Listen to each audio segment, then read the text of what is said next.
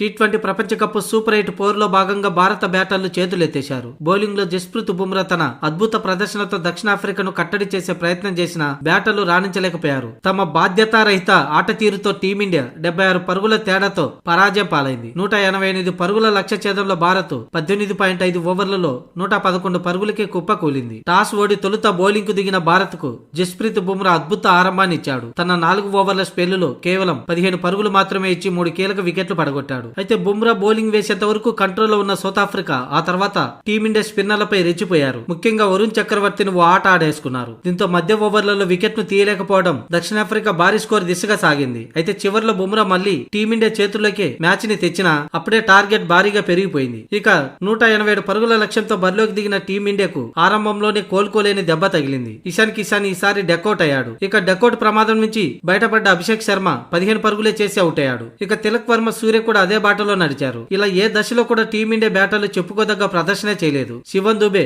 కొద్దిసేపు పోరాడిన మిగతా వారంతా పెవిలియన్ బాట పట్టడంతో కేవలం 111 పరుగులకే టీమిండియా ఆల్అౌట్ అయింది. ఇక మ్యాచ్ అనంతరం తమ ఓటమిపై సూర్యకుమార్ యాదవ్ స్పందించాడు. బ్యాటింగ్ తో పాటు మిడిల్ ఓవర్లలో బౌలింగ్ వైఫల్యం తమ పతనాన్ని శాసించిందని అన్నాడు. మ్యాచ్ ఆరంభంలో మెరుగైన ప్రదర్శన చేశాం. బౌలింగ్ లో 21 పరుగులకే 3 వికెట్లు తీసి సౌత్ ఆఫ్రికాను కట్టడి చేశాం. కానీ 7 నుంచి 15 ఓవర్లలో సౌత్ ఆఫ్రికా బ్యాటర్లు అద్భుతంగా బ్యాటింగ్ చేశారు. ఆ సమయంలో తమ స్పిన్నర్లు పరుగులు ఇచ్చుకున్నారు. అయితే ఆ తర్వాత మేము మళ్లీ పుంజుకొని ఆటలోకి వచ్చాం. 180 నుంచి 185 పరుగుల లక్ష్య ఛేదంలో గెలిచే ఛాన్స్ అనిపించింది. కానీ పవర్ ప్లేలో మెరుగ్గా బ్యాటింగ్ చేయలేకపోయాం. దీంతో మంచి ఆరంభం దక్కకపోవడం ఓటమిలో ప్రధాన పాత్ర అంటూ సూర్యకుమార్ యాదవ్ చెప్పుకొచ్చాడు. పవర్ ప్లేలో ఎక్కువగా వికెట్లను కోల్పోవటం, అందులోనూ భాగస్వామ్యాలు నెలకొల్పలేకపోయాం. అలాగే అక్షర్ స్థానంలో టీంలోకి వచ్చిన సుందర్ కు బ్యాటింగ్ లో ప్రమోషన్ ఇచ్చినా కూడా ప్రయోజనం లేకుండా పోయింది. అయితే ఇది ఆటలో భాగమే. మేము ఈ ఓటమి నుంచి నేర్చుకుంటాం. ఈ తప్పిదాలను సమీక్షించుకొని మళ్లీ బలంగా తిరిగి వస్తాం. తదుపరి 2 మ్యాచ్ల్లోనూ గెలిచి సెమీస్ లోకి అడుగు పెడతామంటూ సూర్య చెప్పుకొచ్చాడు. ఇక సూర్య చెప్పిన వాటిలో ఒక నిజం ఉంది. ఈ మ్యాచ్ నుంచి అక్షర్ ని తప్పించి అతడి స్థానంలో